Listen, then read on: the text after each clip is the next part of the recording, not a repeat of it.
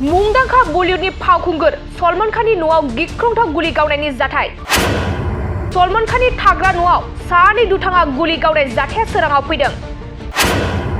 मा जाहोननि थाखाय बलिउडनि फावखुंगुर सलमान खाननि जिउखौ फोजोबनो नागिरदों?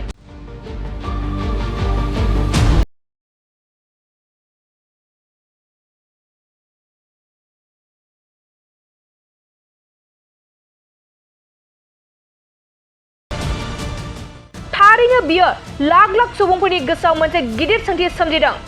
सुलुंनिफ्राय मिथिनो मोननाय बायदिब्ला रबिबार बारायनि फुंबिलि समाव बलिउडनि मुंदांखा फावखुंगुर सलमान खाननि थाग्रा न'नि मोखाङाव सिनाय मोनै सानै दुथाङा बाइकजों फैनानै गुलि गावफैदोंमोन आरो बे जाथाय जानाय समाव फावखुंगुर सलमान खानआ गावनि थाग्रा खुलिनि सिङाव दंमोन।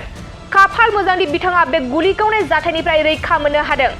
सीसीटीवी नुथायनि सायाव बिथा खालामनानै पुलिसा गुलि गावग्रा सानै दुथांखौ सिग्रोमनानै हमनो हाबाय होनना बे समाव मिथिनो मोननाय जादों आरो हमजानाय सानै सुबुंनि मुंखौ बिक्की गुप्ता आरो सागरपाल होनना मिथिनो मोनदों। मिथिनो मोनबावनाय बायदिब्ला मुंबाइ क्राइम हानजाया सानै दुथां सुबुंखौ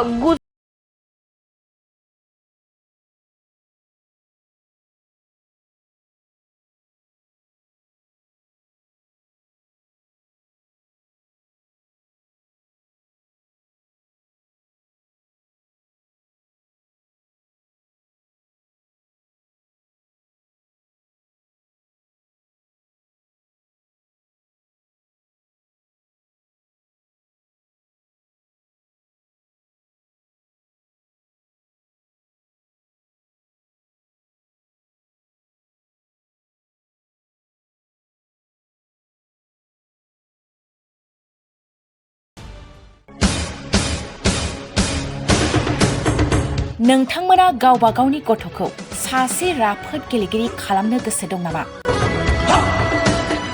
रायजोआरि हादरारि हादर गेजेर थाखोसिम गेलेगिरि खालामनो गोसो दंब्ला नोंथाङा गोबाव दा खालामसै।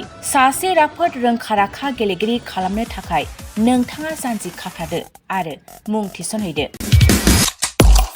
चिरां जिल्लानि सिङाव थानाय सोलिफु फोरोंसालि बल्लामगुरि काराटे एकाडेमि फोनांजाब राहा 8720903713 बड' हाउस काराटे एकाडेमि दलाइगाव फोनांजाब राहा 6900451157 बेंटल काराटे एकाडेमि फोनांजाब राहा 9678041226 बिरनगाव काराटे एकाडेमि फोनांजाब राहा 6901341656 आरो दालिगाव काराटे एकाडेमि फोनांजाब राहा 8720903713 बैफोर मख'नाय सोलोंसालिनिफ्राय सिगांनिफ्रायनो रायजोआरि हादरारि हादर गेजेरारि थाखोनिफ्राय बान्था मोननो हानाय सोलोंसाफोर मोननो हाबोनाय सोलोंसालि। बे मख'नाय फोरोंसालियाव रोंगौथि गोनां फोरोंगिरिया फोरोंथाय होनानै नोंथांनि गथ'खौ सासे राफोद गेलेगिरि सोरजिनायाव मदद आरो जाफुंसार खालामगोन।